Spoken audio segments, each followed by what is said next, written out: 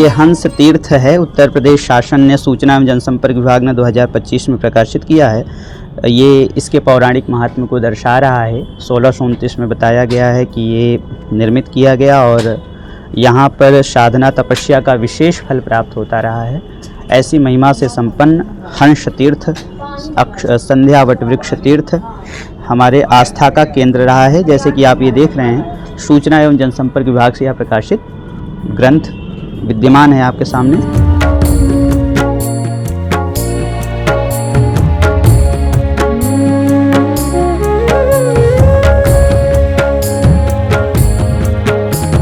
जय श्री हंस भगवान। हम हैं तीर्थराज प्रयाग के पावन धराधाम पर पंचकोशीय द्वादश माधव एवं बहिर्वेदीय परिक्रमा स्थल भगवान विष्णु के 24 अवतारों में एक हंसावतार की प्राकट्य स्थली पौराणिक हंस तीर्थ क्षेत्र, जहां स्वयं भगवान विष्णु हंसावतार में अवतरित होकर हंस गीता और गोपाल मंत्राज का पावन उपदेश दिया था। जहां हंस तीर्थ, हंसकूप, संध्या वट वृक्ष तीर्थ, शंकरष्ठर माधव, द्वादश माधव, नवे माधव गुरु गोरखनाथ जी की तपस्थली निहित है, जिनके संरक्षण संवर्धन हेतु आज यहाँ सनातनी बंधुजन निरंतर प्रयासरत हैं। हमारा आह्वान है आप सभी लोग यहाँ आएँ, संध्या वट हंस तीर्थ हंसकूप का दर्शन अवश्य लाभ प्राप्त करें।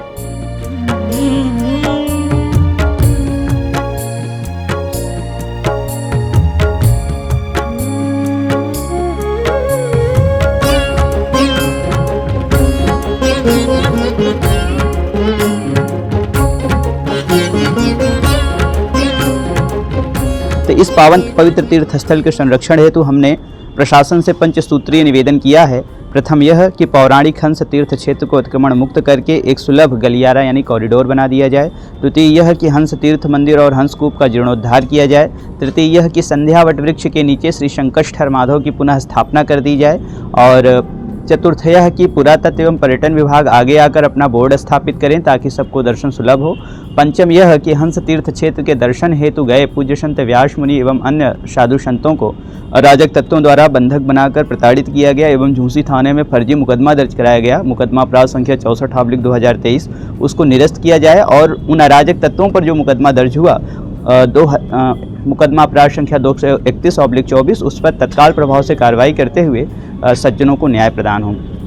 इन सब बिंदुओं को ध्यान में रखते हुए लगातार यहाँ पर शासन प्रशासन से अनुरोध भी चल रहा है और साथ में हमारे संत समुदाय भी इस प्रकरण को लेकर के आगे आ रहे हैं। जैसे कि आपने देखा कि अभी भी हम लोग यहाँ परिक्रमा के दौरान ही आए थे, क्योंकि हमने कहा कि हमारे पंचकोशीय द्वादश माधव बहिर्वेदी परिक्रमा का स्थान है। भगवान विष्णु के 24 अवतारों में एक हंसावतार की प्राकट्य स्थली है, जिसके बारे में मत्स्य पुराण में कहा गया, उत्तरेण प्रतिष्ठानात् भागीरथ्यास्तु पूर्वतः हंस प्रपतनम नाम तीर्थम त्रैलोक्य विश्रुतम अश्वमेध फलं तस्मिन् स्नानमात्रेण भारत यावत् चंद्रस्य सूर्यस्य तावत् स्वर्गे महीयते।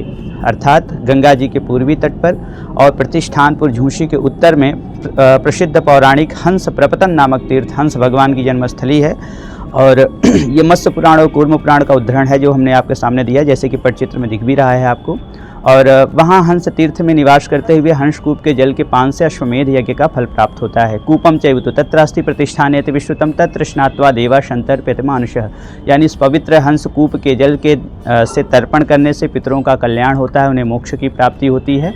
ऐसा पावन पवित्र तीर्थ स्थल यह हंस तीर्थ क्षेत्र है, जहाँ संध्या वट वृक्ष भी है, जिसके बारे में हमारे शास्त्र पुराणों ने कहा कि अथ संध्या वटेरम्ये ब्रह्मचारी जितेंद्रियः उपवासी शुचिः संध्यां ब्रह्मलोकं वाप्नुयात् तस्माद् द्विजवराः सर्वे गत्वा संध्यावटान्तिके संध्यामुपास्य विधिवत् पूजयन्ति च माधवम् एवं संध्यावटं प्रार्थमुच्यन्ते लोपपातकात् प्रसन्नस्या भवत्येषां श्री शंकरष्ठर माधव तथापि वर्यते संध्यावटाधश्च चाश्रमः तस्मिन् वसति धर्मात्मा श्री शंकरष्ठर माधव।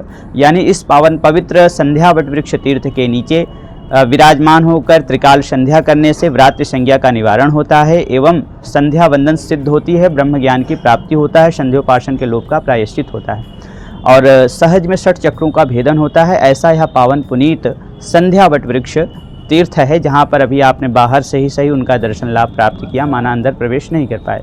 जहाँ हमारे द्वादश माधव में नवे माधव शंकरष्ठर माधव का स्थान भी है।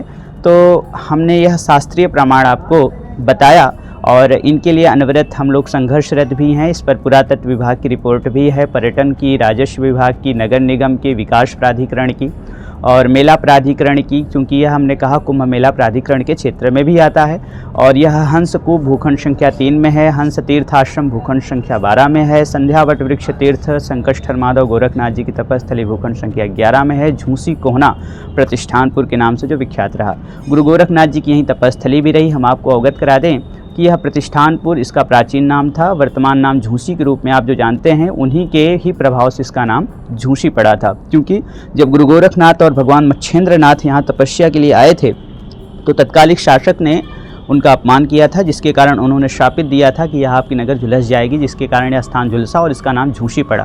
तो ऐसे यह नाथों की भी परंपरा से जुड़ा रहा। आचार्य गणों ने तो यहाँ तक बताया है कि जूना अखाड़ा का जो प्रवेश होता था पहले, वो इसी पावन संध्यावट वृक्ष तीर्थ से ही होता था। लेकिन जैसे कि आप परिवर्तन देख रहे हैं कि इनके दर्शन पूजन में अड़चने आ रही हैं, जिसके लिए हम लोगों ने पंचसूत्री निवेदन भी किया है और निरंतर इसके लिए हम लोग संघर्षरत हैं। हम चाहेंगे कि भगवान विष्णु के जैसे राम अवतार की जन्मभूमि अयोध्या है, कृष्ण भगवान की जन्मस्थली मथुरा वृंदावन है, वैसे ही भगवान विष्णु के हंसावतार की जो प्राकट्य स्थली है पौराणिक हंस तीर्थ क्षेत्र, इसके लिए हमारे सभी सनातनी बंधु जागृत हों और अपने हृदय का शोधन करें और यहाँ आकर के इनका दर्शन पूजन परिक्रमा सुलभ कराएं।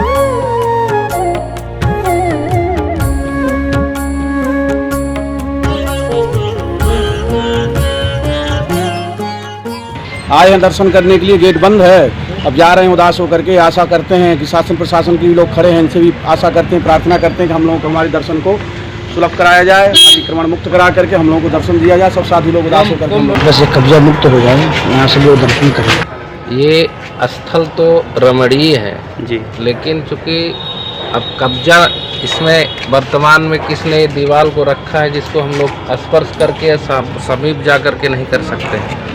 मेरी ये योगी सरकार से भी मांग है, प्लस जो यहाँ के स्थानीय प्रशासन है जी, चाहे जिला स्तर का हो और या तो पुलिस प्रशासन का जो भी है जी, जो आप कह रहे हैं कि हाई कोर्ट का कुछ आर्डर है, मैंने उसको पूरा पढ़ा नहीं है, उसका क्रियान्वयन होना चाहिए। जो कब्जा है इस मुक्त होकर के सभी दर्शनार्थियों को दर्शन लाभ मिलना चाहिए। दर्शन यानी सुलभ होना चाहिए। दिव्य कुंभ और स्वच्छ कुंभ का जो संदेश पूरे विश्व में जाना है वो जाएगा। यह बहुत ही अद्भुत और अद्वितीय स्थल है और यह अतिक्रमण युक्त है और इसको अतिक्रमण मुक्त कराया जाए। हम लोग आज हंस तीर्थ का दर्शन करने स्वामी जी के कहने से आए थे, लेकिन यहाँ आकर के बड़ा दुख लगा कि दीवारों से चारों तरफ से घेर दिया गया है हंस तीर्थ को और कोर्ट का आर्डर भी है, जो कि कोर्ट के आर्डर के बाद भी प्रशासन यहाँ सक्रिय नहीं है। और हम संत महात्मा यहाँ से जा रहे हैं, बाहर से ही प्रणाम करके जा रहे हैं। हम यहाँ हंस आश्रम का ये दर्शन करने आए थे। हमारे भगवान नारायण का ये तो अवतार के स्वरूप में है। आज हमको यहाँ को देख करके रोना आता है कि हम हमारी आस्था का जो प्रतीक है इसमें आघात पहुँच रहा है और हमारे संत इसके दर्शन नहीं कर पा रहे हैं। सारे संत दुखी हैं, तो इसको जो है तो मुक्त कराया जाना चाहिए। जब 500 साल का कलंक हटाया जा सकता है तो ये चंद लोगों के द्वारा इसको जो है अतिक्रमण किया गया है, इसको मुक्त करा दर्शन के लिए और दर्शन के लिए सुलभ कराया जाए।